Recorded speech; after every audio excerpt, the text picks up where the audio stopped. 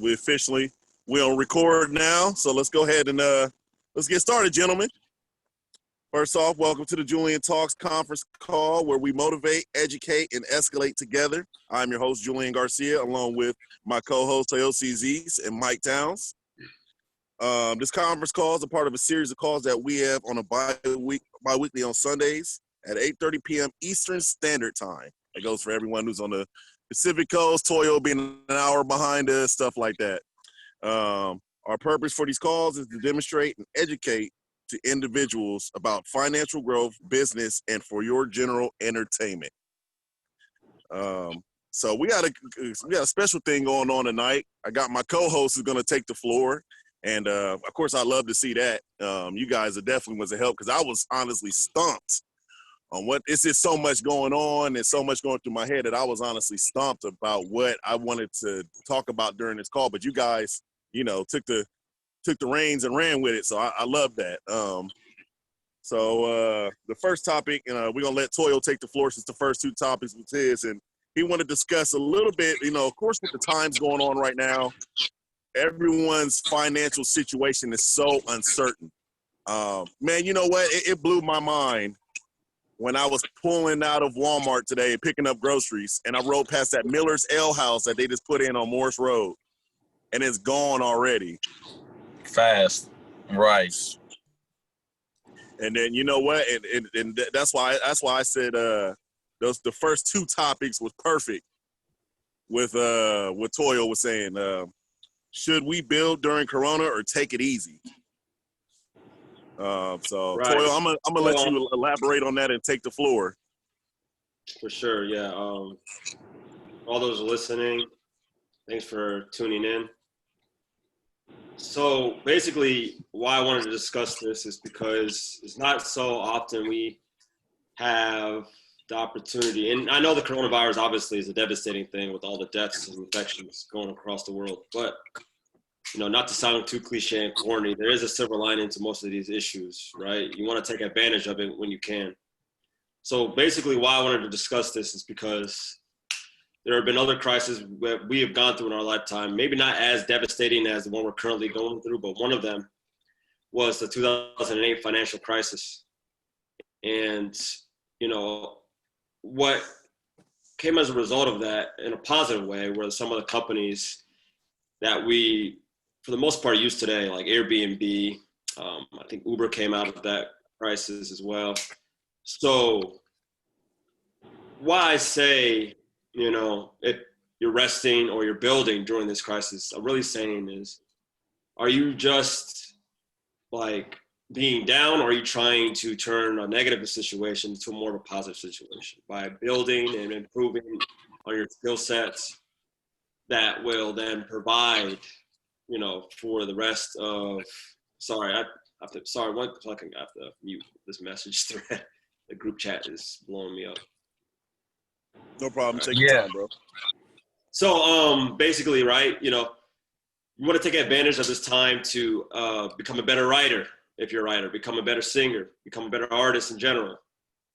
Because, you know, especially in America, I think we move a little bit too fast in general, right? Everyone, even if you drive on the road, you know, someone's cutting you off, they flick you off or something like that because you didn't turn quick enough or you didn't put your signal on. Everything is in fast pace. But I believe that this is a time where you can take a step back, reflect on what you're doing, and then the things you may have not had time before in the past to build, or like we're doing with Julian Talks, you know what I mean? This is something that's been birthed during the coronavirus pandemic. I think it's going to be a great story when we talk about it 10 years from now.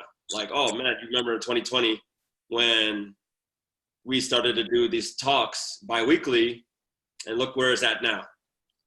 You know, so, you know, before you know it, life gets ahead of you. I think that this coronavirus is probably going to last, honestly, probably to 2022. Maybe not be like as bad as it is now, but like the effects of us wearing masks when we go out and limited capacity. And financially. Yeah, it's gonna last longer than most people were thinking, which is not, like I said, not bad if you do look at the positive side of things. Right. So currently, I'll say what I'm doing right now. So for those listening who may not know, I have been working on a business originally called Swift Dine. We've now transitioned the name to Zemo. And Zemo is actually a result of the pandemic. So that's my segue, not to reverse this thing or try to plug in my business, but just to kind of give an example of what I mean on taking advantage of this crisis, right? So I'll give a quick background on what it is Swift Dine is and what it is today. So Swift Dine originally, for those listening, was an application that restaurants could use to expedite the worst part about dining, which is waiting, right? Waiting to be seated, waiting to get your food. So when the pandemic hit, there were other businesses that reached out to us and said that if there was a possible way they could use our application for their business as well, whether it be a medical practice, dental practice, or even if you're like an independent contractor like a plumber, because they have, for instance, a medical practice, they're not able to have all their patients in the waiting room because of the 6 feet distancing protocol issued by the CDC, right? So now, our application, which is now called Zemo, the staff at the medical practice is able to text the patients beforehand so they can get in and out quicker and safer. And the revenue has never been better. So I think if you look at the coronavirus as not something like a bad thing, like a lot of people are saying the pandemic is a change agent. I think it's more so an accelerant. It's speeding up what was already supposed to happen. So, like Swift Dine was probably going to become Zemo someday, maybe 10 years from now, but the pandemic accelerated that so that we can do what we were going to do 10 years from now today. So those it was a blessing in disguise for you. What was that? It was like a blessing in disguise, almost. Yeah. I mean, I think, you want to look at things. There's two sides to every situation, right? The positive side and the negative side. And this is just making a lot of things a lot more clear. And for all those listening, I would just advise that, take a step back and just reflect on what it is that's been keeping you up at night. A lot of people that work 9 to 5, don't really aspire to work that job. They always tell me, pay the bills. I get it. We have bills to pay, but I don't believe that you have to just do any job just to pay the bills. I think you can do something you enjoy doing, and then paying the bills is a byproduct of that. It's not, Yeah. Sometimes I speak, it seems like it's easier said than done, but like I said, the pandemic is a time to reflect on what it is you wanted to do and try to go as hard as you can. Press that gas, even further, and just go for it. So that's all I wanted to say for that. If you guys have any input, I'd love to hear it. I agree, man. I was just going to say, all business is evolutionary. So I don't care what business, especially if you're in technology, which obviously you are in 12, but no business is going to be the same as it is today, 50 years from now, 20 years from now, 30. It doesn't matter. It's never going to be the same. So if you can't evolve through even something as big as an epidemic, or at least prepare or try to look at it in a positive way of what you can do to make your business better, then I don't really see any business being successful at that. So you got to use these opportunities as a way to be eye-opening to say, okay, well, if you can't go to this place, how do you still get your business solved? And I think if you can solve those solutions, then you're starting to make a business that is more so of an Amazon than what you initially maybe even thought. Google, when they first came, it was a search engine, you know what I mean? And then we had more social media as they came out with Google Plus. Phones started becoming more of a necessity as opposed to a luxury. So now they come out, they're part of Android and all these things. So it's not just a search engine business. Everybody hears Google and we see all kinds of things, even the glasses that they're talking about coming out with, right? So you got to be able to evolve with times. And if you don't, you're going to be left behind like a blockbuster or something, So yeah, even if it's something as serious as a pandemic, use this time, which by the way, that's all of our business biggest asset is time. So if you can't take advantage of a situation that's honestly giving you a little more time, at least most people in the world, and take it as something to capitalize for, then it's going to leave you. But you have an opportunity right now where, whether you're laid off, okay, well, now's a desperate time. Did you have a passion? What is something you've always wanted to do that maybe you were held back for because you had this job, or because you were stuck into a consistent static situation, that now this is opening your eyes up to see something different. You know what I mean? So use this time that you have, this asset, and really start to capitalize off of it and go after your passion, go after whatever it is. You got to be hungry for it right now, right? I mean, we're all in a rough time. So take this time and really go after whatever you're passionate about and try to make something new out of it and look at it as something positive. So if you don't look at it as positive, then yeah, you've already failed, I feel like. I agree. So if you guys don't mind, can I chime in real fast? Please do. Yeah. Okay. Absolutely. So to go off of that, Mike, to kind of go off of that, I think it comes down to mindset, right? So having an idea on a non-pandemic day, right, when you don't have COVID, when you don't have, you don't have a job, when you have those ideas, that's one thing. But then now when you have COVID, you don't have a job, when you're facing, potentially losing your place, I think it also comes down to you have to change your frame of mind, right? So a lot of people might be scared to take that plunge, right? And I feel like COVID is also kind of playing in on that fear, right? Because all small business owners have that one thing that sets them apart, right? They have that mindset that even though it's scary out there, I might fail, I still have to go out there and do it because I might fail, but I got to do it, right? Other people, I feel like they play it safe, right? That 9 to 5 is a safe bet versus going into real estate. I know, what's her name? Barbara Corrigan, one of the sharks on Shark Tank. She said when she first got into real estate and when she had one of her best deals ever, like the one that really set her up, is 2008 when the housing market went down. Everybody was like, no. Right now it's the time to get into real estate. Don't do it. It's terrifying. You might lose much more than you put in. She said, no, now's the time, right? So I see that same 2008 playing itself back out right now in 2020. Absolutely. Good insight. Yeah. And you know what? No one was really prepared for this, and that's the scary thing, and that's the first thing that most people have to wake up with, and also they have to go to sleep with, is how prepared was I for the day, for the week, the month, the year, etc. You have to, and like you both were saying, just to piggyback off of what you were saying, you have to be able to adjust with the times. You have to be able to improvise. It was like that one post I shared the one day, and it said, in a span of 10 years, a cameraman and the man flying the helicopter so the cameraman can get footage, both lost their jobs to a drone. Right. What the cameraman and the helicopter, the helicopter pilot were doing, a drone can do all in one. And that quick, they both lost their jobs. And the message behind that whole situation was, you have to be able to change with the times. And you brought up Blockbuster earlier, Mike. Blockbuster had an opportunity to buy Netflix back in the day. A lot of people don't know that. I'm sure y'all know that. But Blockbuster had an opportunity to buy stake into Netflix. Netflix came to Blockbuster's board and say, hey, we have this great idea. You can rent movies, blah, blah, blah, blah, this, that, and the third, for subscription every month. They laughed them out the room. Well, who's laughing now? Right. Who's laughing now? And I'll even share something that I've failed on myself. I mean, I was talking to pretty much a colleague of mine, and we were talking about stocks and stock investing and everything. And obviously there was a huge crash, throughout everything that's going on. And I mean, immediately we were just having a conversation today, but we're thinking about back then. He's like, I mean, these stocks are still going to prevail. The ones, do your research, right? And find out which ones are going to get through this. So when they took a hit, you know what I mean?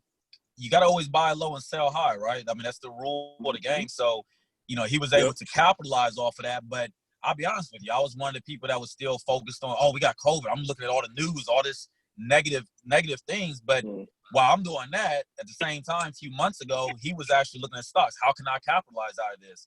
And he invested in Apple. I believe there was Apple and Netflix and a couple others that were, in a way, almost like common sense investments with what we're going through. And when we come out of it, that they're probably going to capitalize on. And while I was sitting up there still kind of having those thoughts and those conversations about just how crazy COVID is and that we're really going through this, now a month and a half later, he made 2 times his investment immediately off of just looking at it as a positive. How can I make this a positive situation? And so he put 10 grand on Apple and made $7,500 in a matter of 6 weeks? You know what I mean? Off of one stock investment. So imagine you have that 3 times over, just made 21 grand. And so it's something so simple as that, but he didn't look at it as the negative. He started thinking, okay, well, something's going on right now. How do we make it work for me, right? And in every situation, you can always do that, always. You know what I mean? Like Absolutely. I said, 2008, if you haven't seen the movie, the movie with the short seller, you know what I'm talking the real estate.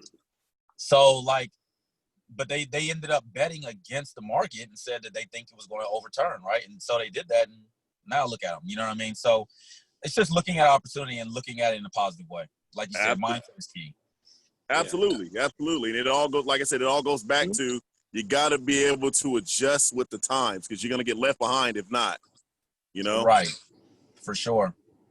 So, No, I think that's ever true when it comes to technology, right? So you have to stay up to date on technology, right? So I'm sure those execs, like you were saying, in Blockbuster, they weren't hip to what streaming was, right? I'm sure it was a room full of, old white males who are in their 60s, 70s. And for them, it was an everyday business meeting. But that was the opportunity that they had to change, right? They had that opportunity to change, make that shift. But they didn't. Nope. Mm-hmm. They were stubborn. They were too conservative, and they weren't risk takers. They were willing to stick with what they knew because they were comfortable. You know, they had already made billions of dollars off of Blockbuster. The idea that they already came up with years ago. You know, so they're like, if it ain't broke, don't fix it. That was what their mentality was.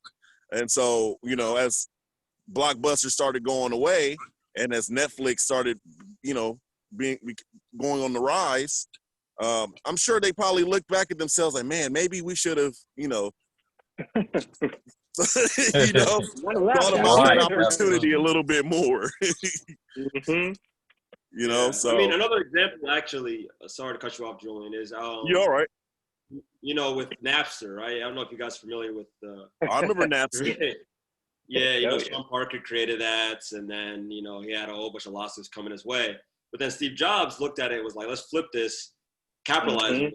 And then he started going to the record executives. And that's what birthed iTunes. And what we have now as a result of that is Spotify, and Pandora came. And then, so I think, like I said, kind of there's two sides to every situation. Try to look at the positive side of anything. It sounds cliche, but honestly, if making a lot of money and making a big impact is cliche, then let's be cliche, right? Let's just take advantage of the situation. Absolutely. And just really, drive it as far as you can to the top. So. And to go off of that, I think there are some people who wait for right opportunities like this to where they're like, okay, now I can really capitalize, on a bad thing, right? But I can make so much good come from this bad thing, like you're saying. So again, I think it's really all about timing, and we only get maybe one opportunity a lifetime like this, because we had the flu pandemic back then, and then we had the 2008 housing crisis, the stock market crash, the Great Depression. So we really only get one time, a lifetime, to really capitalize on, let's say, our hardship, right? Really look and take that opportunity. The biggest successful people in history were risk takers.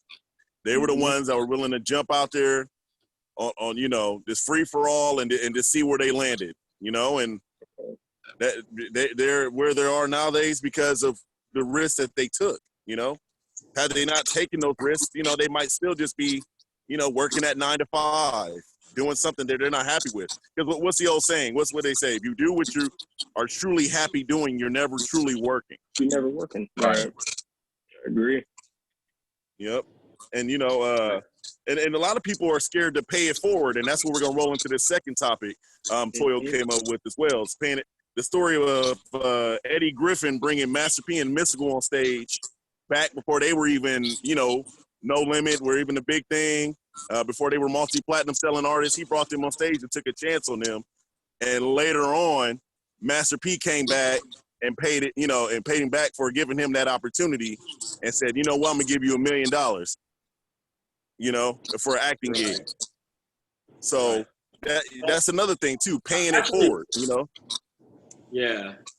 And with this, I'm gonna be shorter with this one than I was the last because I think that probably all can relate to this in some way. So, I'm sure you guys are familiar with the saying, like, you know, you don't want your friend to be successful, but not more successful than you, right? You probably heard that.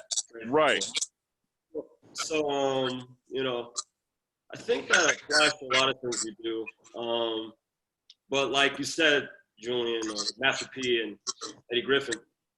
If Eddie Griffin was hating, he would have been like, "No, I'm good. I'm not trying to put you on. You might be getting more money than me." Especially with the black community, like, unfortunately, crabs in a barrel. Really, people hate runs rampant in the black community, and that's an unfortunate thing. Right, but I think that if going back to like what we were discussing before, you know, flipping on his head, right? Like, instead of trying to compete, work together, and then as a result of that, you actually get wealthier from it too. So another example would be like, say Jimmy Iovine, Dr. Dre, and then working with like 50 Cent, Eminem, right? Now, Eminem and Dr. Dre, when they were building Aftermath, Eminem could have been like, you know, he's a rapper too. I don't want to compete with him. You know, he might cut into my record sale. But he didn't look at it that way. He looked at it like he can help build up the brand we're trying to build together as a team. And as a result, we all win. Now, this concept seems so simple, but for some reason, I don't know why, like, a lot of people just can't grasp it or practice it. And it's something that I actually try to, like, you know, not want to use the word preach, but like kind of inspire the youth to incorporate or practice in their lives. Because I think that, like I said, as a result, if we, instead of trying to always compete with each other and collaborate instead, that we're all better for it. Yes. So I want to leave I want to keep it short. I want to let other people speak. Colleen, you haven't said anything yet, so we can. I was just gonna chime into what you're saying. I think people are like scared and greedy. Like they're afraid that like they're like, okay, Toyosi's doing well, like, and suddenly like maybe if I do well, Toyosi won't do as well. It's like it's not a zero-sum game, you know what I mean? like I like there's definitely like some type of like a mentality to it, but it's such garbage because it's like there's plenty of like space at the top or wherever it is for everybody to be there.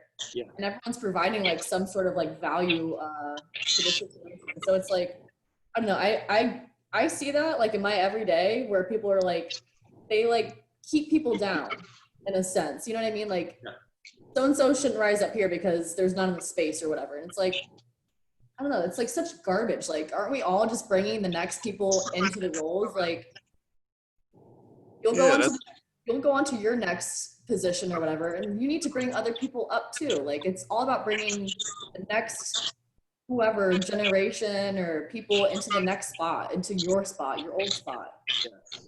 I agree. That's what I think, like, that's a big part of leadership, right? Is like, it's not necessarily like leading people. It's more of like bringing them up to like your level so that they can be a leader.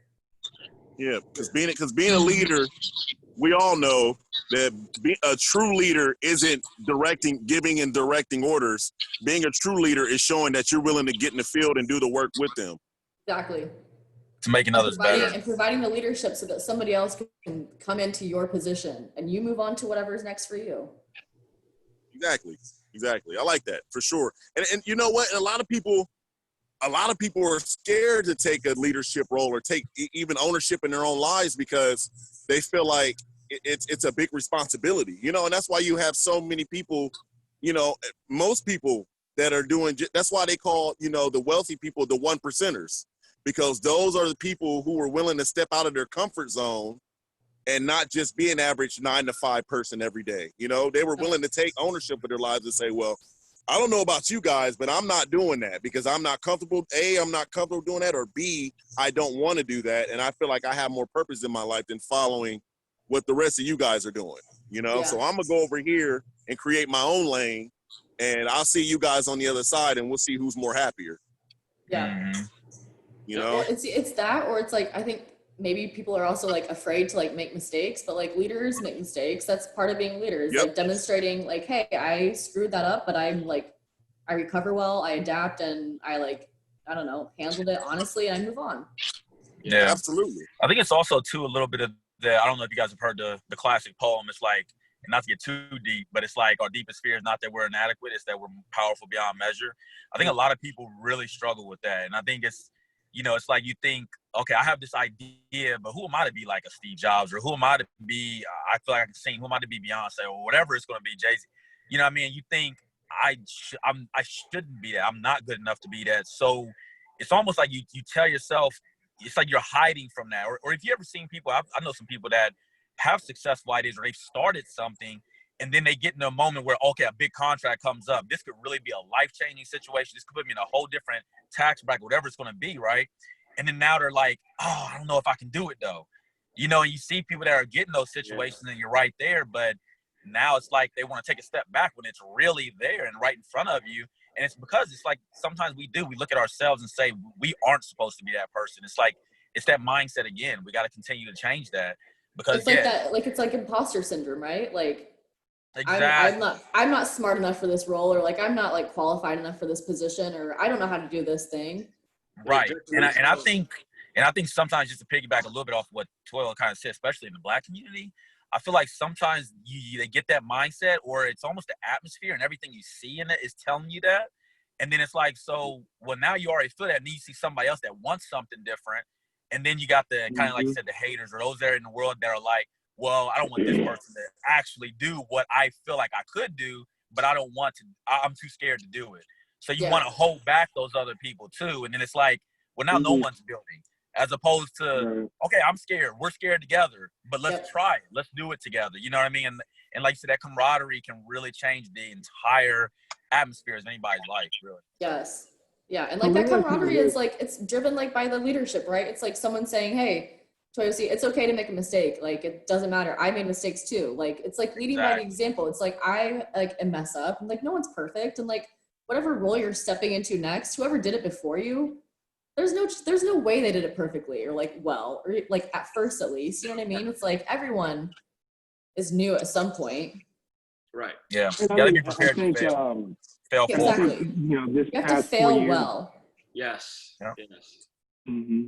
And, going off of that, I would say, like, as far as, expectations of being that next leader, this administration has showed us that you could have an amazing leader one second, and then you could have a really bad leader the next, right?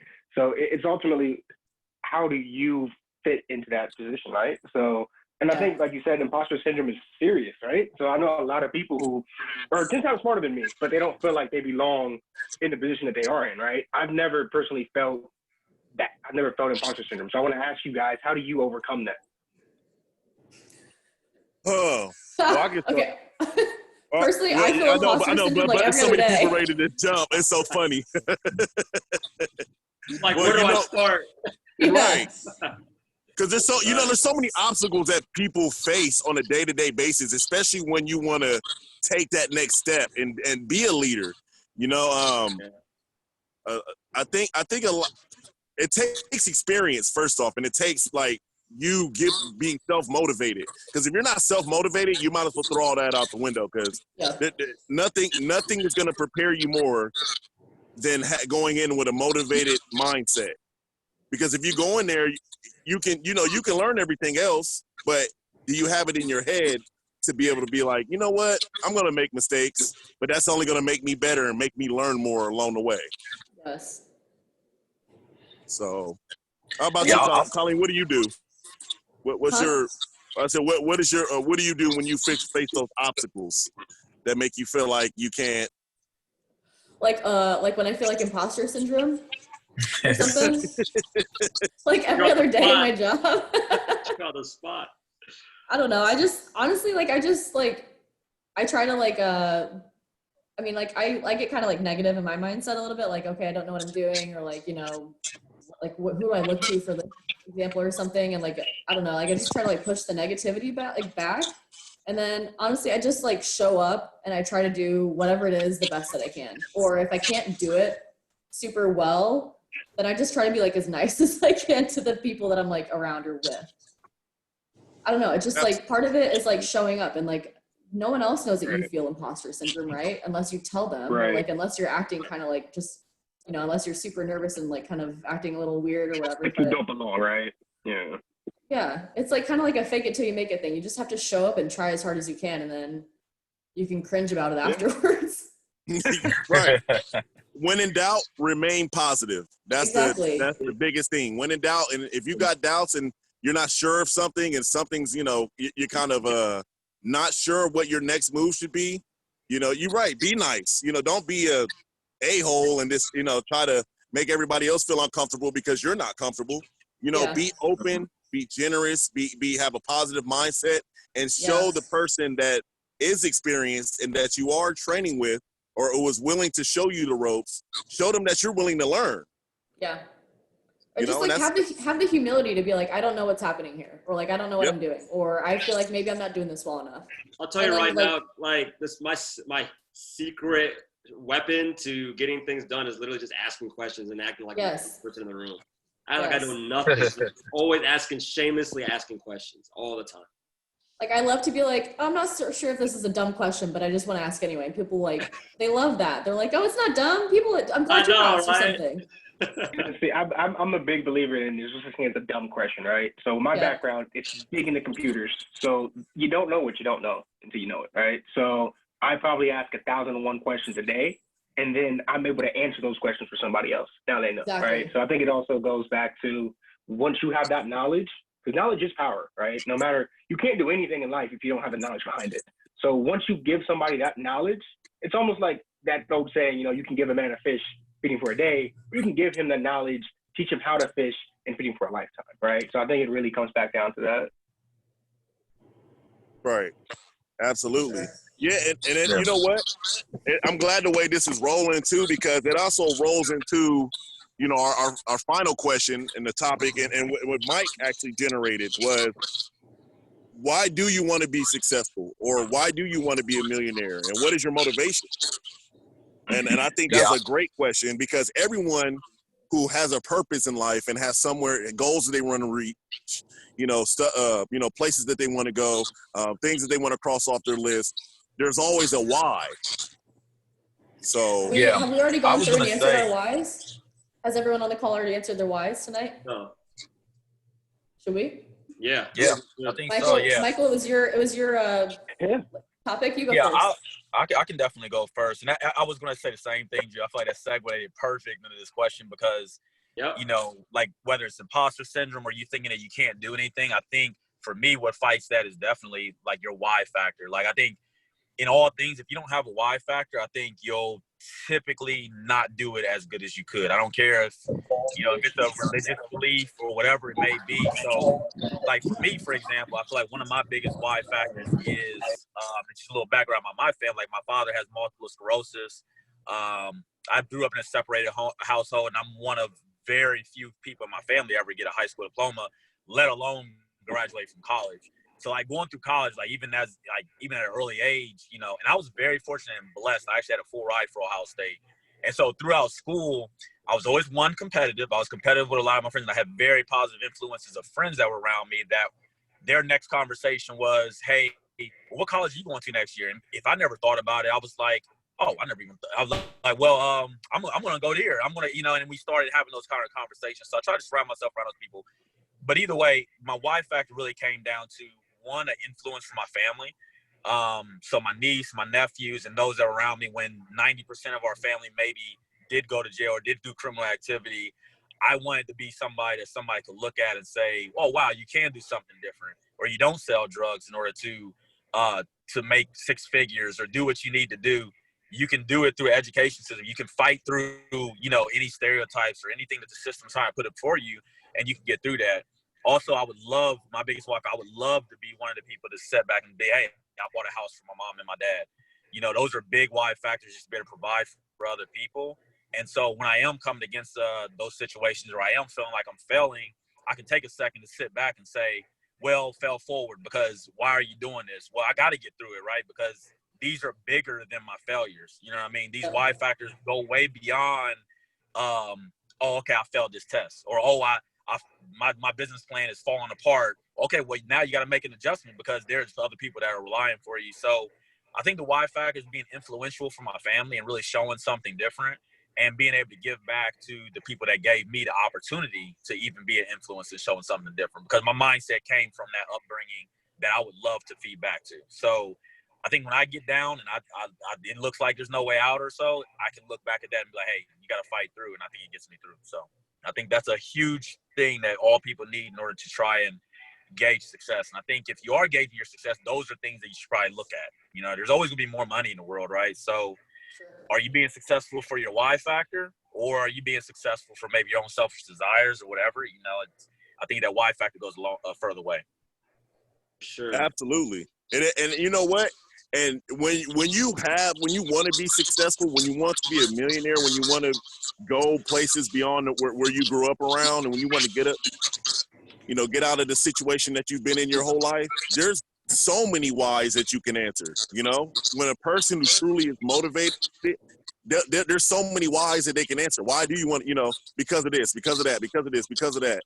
You know, why did you grow up in a home, that you said 90% of the people, went to jail or didn't have a high school diploma, and stuff like that. Those are stuff that motivated you to be like, you know what? I don't want that for myself. I want something better. I want to be able, like you said, buy a home for your mother, have money put away for when you down the road, you decide to hang it up. These are all important factors into being successful, because it's about how you start, but it's also about how you finish as well. And a lot of people don't know necessarily how they're going to finish their swan song, because not everybody gets to go out like that. Not everybody gets to go out on their victory lap, and reap the benefits of everything that they worked so hard for. How many successful CEOs have we seen throughout the years? They got 25, 30 years of experience in their field, and they crash and burn the last couple years of their career. You always hear like the backstory to them saying, oh, well, they were on the verge of signing, selling their shares and retiring in a sense. And then you hear this came up. They had these unfortunate legalities that they have obligations to, and it ties their money up. And guess what? They're not happy anymore. Mm-hmm. So, especially nowadays, I think it's making people realize that, you have to not only be motivated in what you're doing, but you also have to have a plan B, because your first plan might not always work the way you want it to. So, Colleen, what's your why? My why? Well, my why is I grew up in my story is pretty much the same as Mike's. I grew up in a single parent home. I was very fortunate that my mom gave a damn. I think a lot of people on this call can attest to people that we grew up around in our lives that we seen that their parents didn't give a damn. They didn't care if they had clean clothes on their back. They didn't care if their kids made it to school every day. They didn't care if they didn't care if necessarily that their kids were safe and sound, and needed to be needed to be somewhere safe and sound, and be in an environment where they can learn and prosper and grow the way they were supposed to. And all of those things are important to growing up and being an individual, because either being a strong individual in society, and that's what made me want to be like, you know what, I'm kind of tired of living basic, because eventually you're like, you go around certain people and who have a lot nicer things than you, and are able to do more, and that motivates you sometimes. You're like, you know what, I want to do that. I want to be able to go on trips. I want to be able to have do nice stuff for my family, and be able to have a good upbringing for my kids. So I think that was my main why. My main why is my children now, because I didn't realize, I was stuck being stupid, partying, and being immature and stuff like that for years, and then I had kids, and I realized that was what my why was. So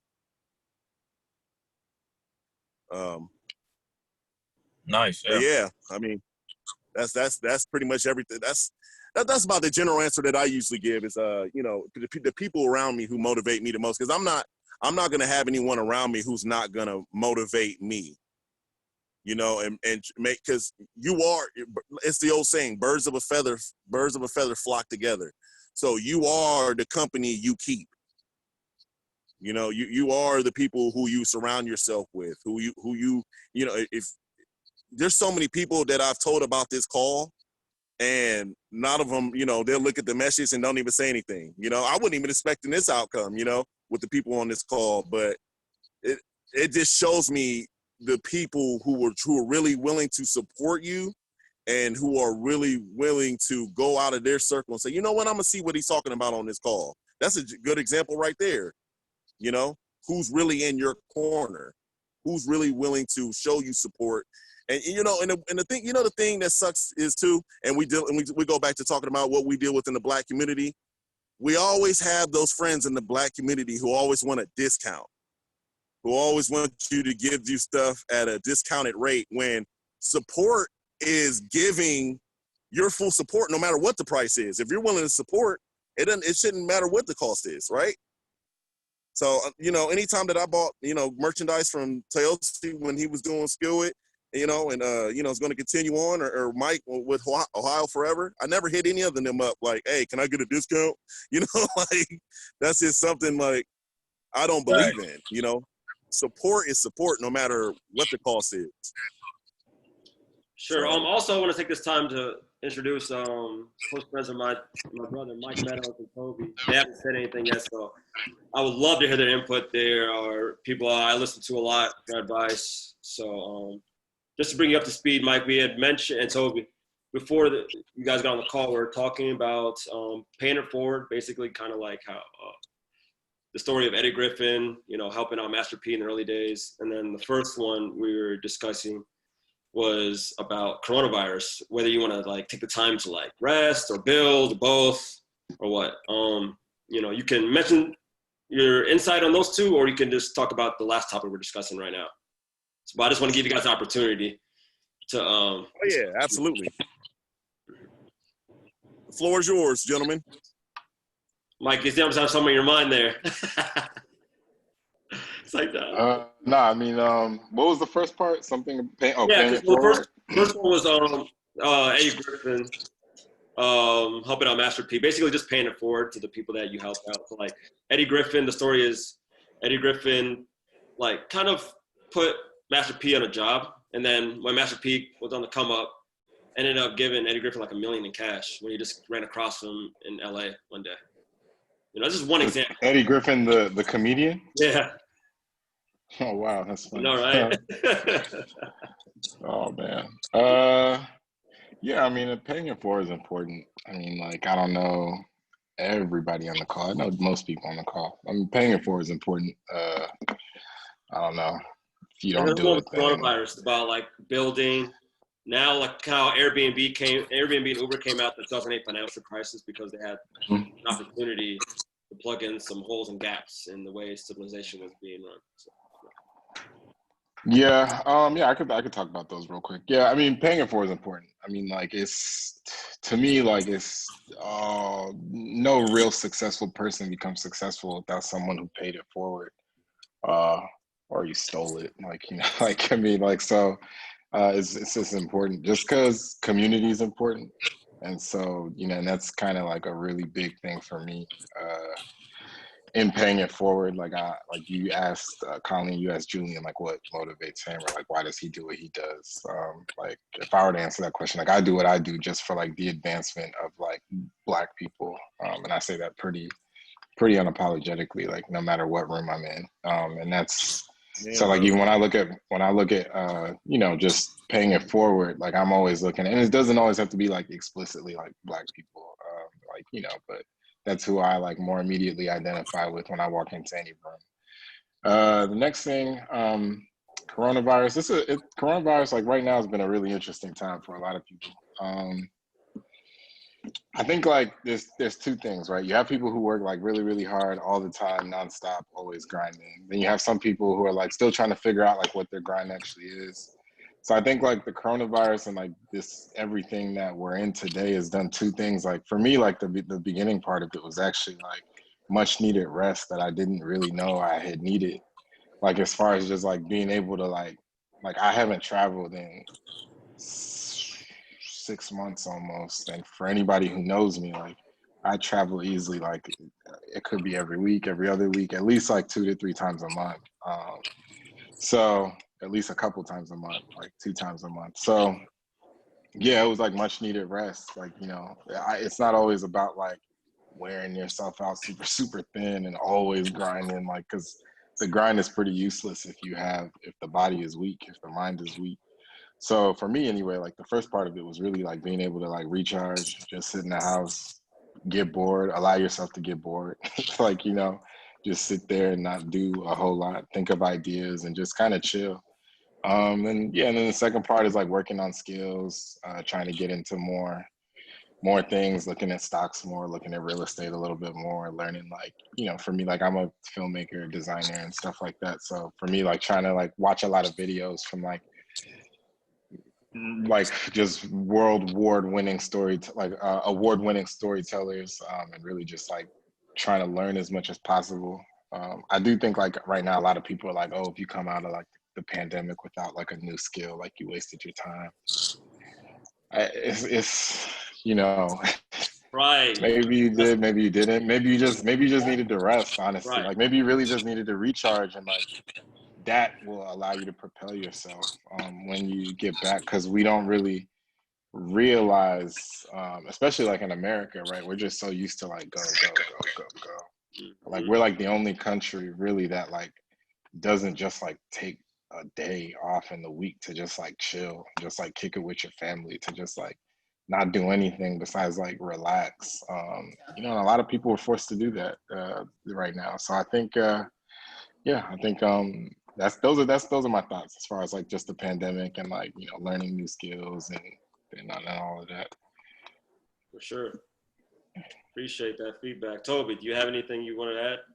Yeah, so kind of speaking about paying it forward too, I've mentioned this before, not in this forum, but in other forums about, I mean, only maybe like one person on this call doesn't know who I am, but either way, just kind of grew up with everything that I could ever ask for. I mean, but I still wanted to work hard because, and because of that, it wasn't for something that I wanted to buy or something that I needed. It wasn't like, oh, you know, I need to get this money so that I can have fast cars and a big house. Like I kind of, thankfully, grew up with those things, and for some reason was still motivated to work really hard. And I think it was just for the sole purpose of giving back.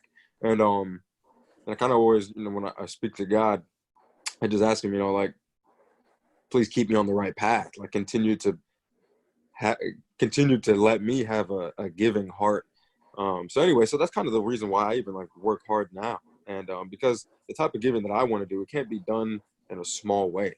So I need to have a tremendous amount for the level of giving back that I want to do. And as far as, so that's for the giving back part. As far as Corona has been involved in the pandemic and kind of, I agree with Mike. I think I took maybe like March, April to really kind of a little bit of a break. Toyosi and I were still working night and day, but maybe not as hard. We were building new features and stuff, but I've taken this time not to just recharge, but you know, think of other things that we can be doing, because you know sometimes you think you're so busy, and you actually have a lot more time to create something else if you're smart about it. Instead of trying to tackle everything on your own, include other people on your team, whether it be a new project you're doing or a current project that have other skills than you, so you can just kind of delegate and you're part of an entire an entire team. So you know, Toyo started some new stuff, I started some new things, and and I think this pandemic is on it. You know, it sucks. Like, you know, Mike, you said you traveled at least twice a month, and you haven't in the last 6 months. So I mean, that's probably one of the biggest downfalls. I mean, we haven't really been able to travel as much as we want. But everybody on here young, we're gonna 2021, not that far away. Pandemic gonna be done soon. You don't know. we'll get back to it. So I think that, just working hard throughout this time and figuring out new things to do, whether it be stocks, real estate, new projects, that's kind of helped our generation and our generation out, actually, because now, millennials, I read something that it said, millennials, we don't eat out as much, nor do we shop for groceries. It's like, well, what do you guys do? And then someone made a joke, was like, oh, it looks like you guys just discovered poverty. Yeah, like this, it's not like millennials don't like to eat. We don't have money. So, it's kind of given us some time to refocus and retool what exactly we're doing to hopefully come out on top like the older generation was, like baby boomers and such. Because they did have, they had a lot more money. They were buying homes while we're renting. A lot of us are renting, not us on the phone, but our group of people. And, they're buying homes around our age. But either way, so that's kind of what I've been doing and the reason why I do things and what I'm looking forward to. Absolutely. Appreciate that insight as well. Yep. Ownership. That's what it's all about at the end of the day, everyone on this call. I think we all want to be able to look back, 20 years from now and be on that beautiful piece of land that you bought and look at your bank account and look at your investments and just be happy where you're at, Mm-hmm. So, but of course it starts now. It starts with improvising during these times with the coronavirus. It starts with self-educating yourself, because a lot of you're not going to go. A lot of people are keeping to themselves nowadays more than ever because they don't know who they can trust, who either does or doesn't have COVID, or who might not have their best interests and all that. There was an article I read and it was saying people are more distrustful in other people than ever right now, and I believe it. Look at people's faces when you go in. When you're in the store and you see somebody walking without a mask and they look at them like they're the witch, like they used to look at witches, 300 years ago. Yeah, man. Like, No burn joke. them, it's like, walking to a mask in the wrong No place. But man, honestly, oh man.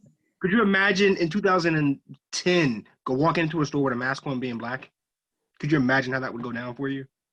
But now, again, now it's the norm. Yeah. I mean, it's mind blowing to where we're at right now. And I said that to my wife all the time. I'm like, man, look at this world our kids are gonna have to grow up in. What if this does become the norm?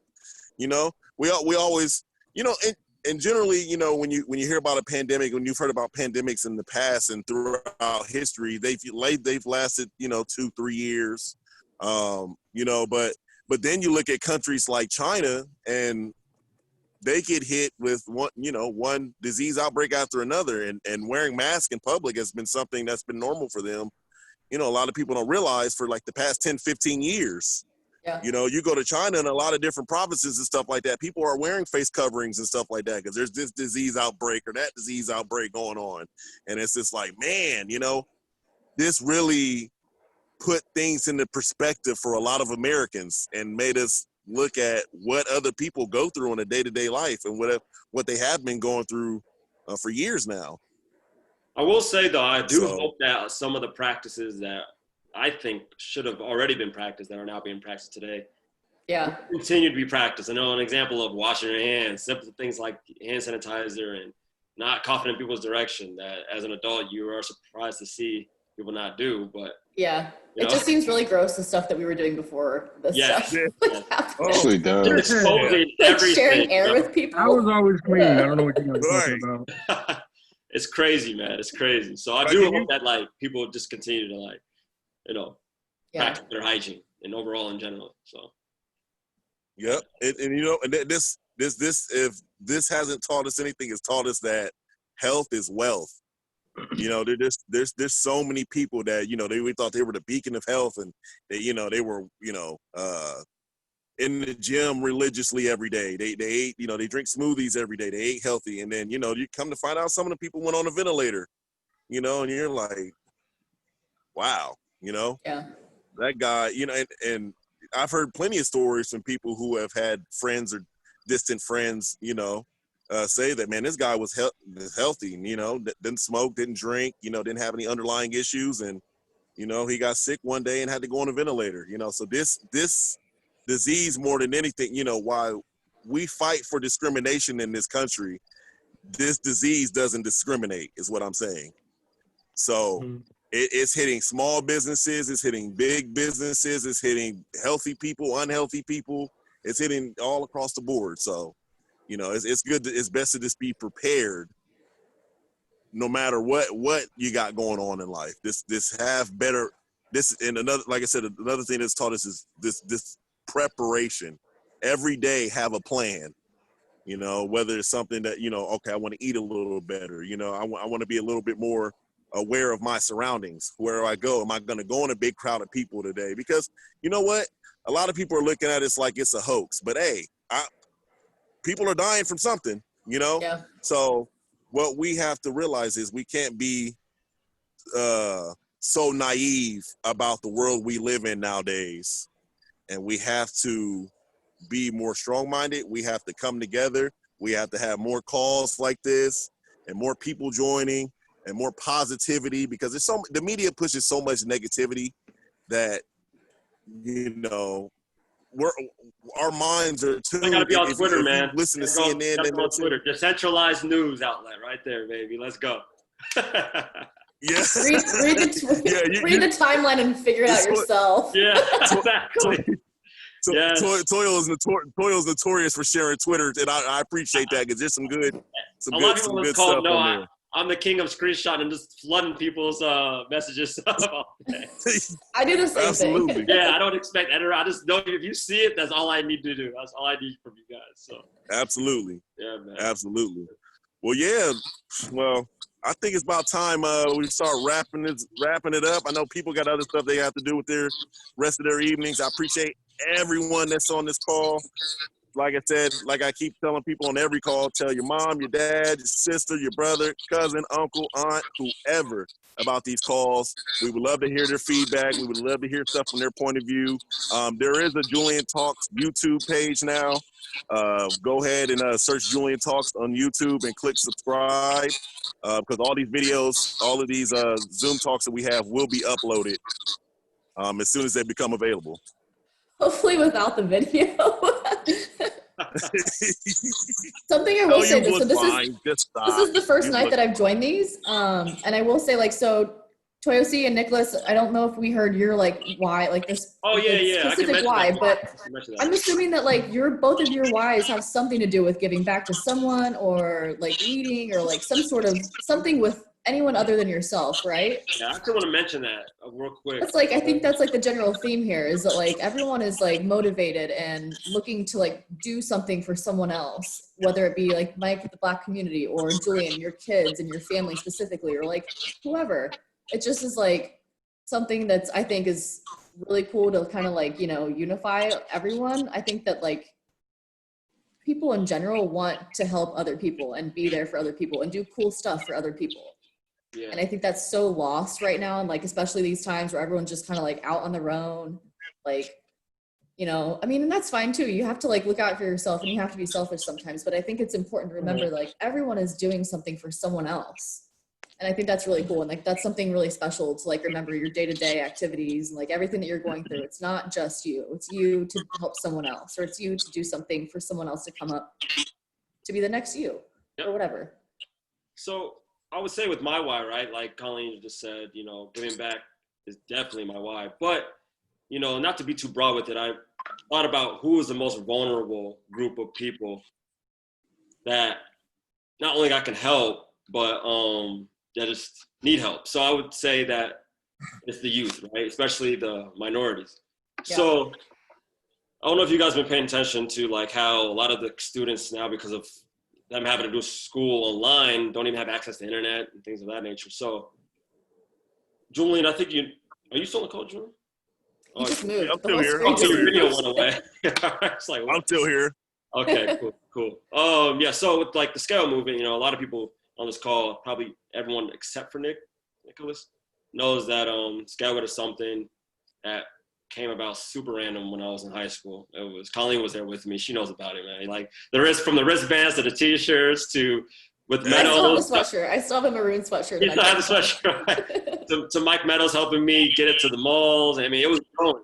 It was growing, but then of course, like life gets in the way, and then things happen. So now I'm trying to like bring it back to a point where I can take it full steam ahead. So just give you an idea of where I'm trying to take it is. So now the why is a little deeper than what it was originally. The why is to advocate for public school reform. So like all the schools that are lacking the resources to actually help kids learn things they're gonna need in the future.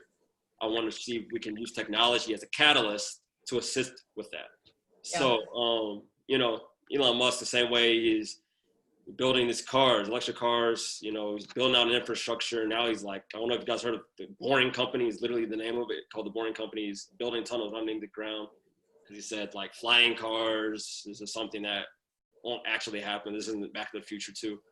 But not to get too nerdy, I would say that public school reform is something that needs to happen because as we can see, there's a lot of adults that lack that, education that when they were growing up. And not only that, I just think it's unfair to bring a child into the world and then not really supply them with the necessary resources they need to survive and live in a civilization where they'll be healthy and happy, potentially wealthy, so that they can also bring out the next generation, so on and so forth. So, it's a long blueprint ahead, but that's overall, I would say, is my why. Nicholas. And just to touch, I was gonna say just to touch on my why. Just keep it short. So again, I'm Mike's cousin. And we have the same family, and I saw it growing up and everything. I didn't want to be in a statistic, right? I didn't want to go to jail. I didn't want to end up dead before I was 18. That was always a really big fear for me. But I also had a mindset, I think, of just I always want more. I always want better, right? Like, so I'm always competing with somebody, right? That's what gets me up in the morning is if I'm not competing with myself, I'm competing with somebody else. So I just, like everybody else, I want to be able to buy my mom that car. I want to be able to buy my grandparents whatever they want, stuff like that. But at the end of the day, I think it takes energy, right? We all want those things. But for me, my why would be simply, I just want to leave a mark that is a good one, right? I want to push, the Black community. I want to push humanity in the right. I want to just move the needle just a little bit forward. So that would be my why. Nothing wrong with that. Leaving your mark is something definitely monumental that I think anybody who wants to have a purpose in their life wants to do, is leave a mark and leave something that people can look back on like, man, you remember that great thing so and so did. And that's pretty self-explanatory more than anything. So I think that's a really good whys. I think we heard some good whys from everyone on the call, and I look forward to hearing people's perspectives going forward. So, of course, if you guys ever have any questions regarding the calls, regarding any content, any of the topics, the further discussions down the road, of course, in between this call and the next call, feel free to shoot me a message on IG. Pretty much everyone on here knows how to get a hold of me. But like I said, if not anything else, if you want to just go back and just, look at the material that we went over tonight, as well as we will not have your face on there. Don't worry about that. We won't have your face on. What's our topic for the next call? Do we have one yet? So the topic is usually something that we come up with during the week sometime. So we'll come up with the topics and we'll shoot everyone messages and letting them know, so everyone can kind of plan it out and have their responses ready, and then we'll go from there. Yeah, appreciate you guys joining. Sorry it was late, guys. No problem. You're all right. We appreciate the support. No matter if we wouldn't have cared if somebody jumped in on the last 5 minutes. Point is, you made it here, and Heck yeah. people come and go, but it's all good because like the YouTube channel will be able to give people time to get back to the call at their own leisure. So it's all good. No doubt. Good. All right, guys. Have a great week. All right. Yep. All right, week. everybody. Talk to y'all in Thanks to 2 you guys. weeks. Same time, same place, and we'll talk to y'all then. All right, we'll see Everybody you. have a great week. All right. Be productive. All right, you too. Take care. See you guys. Let's go.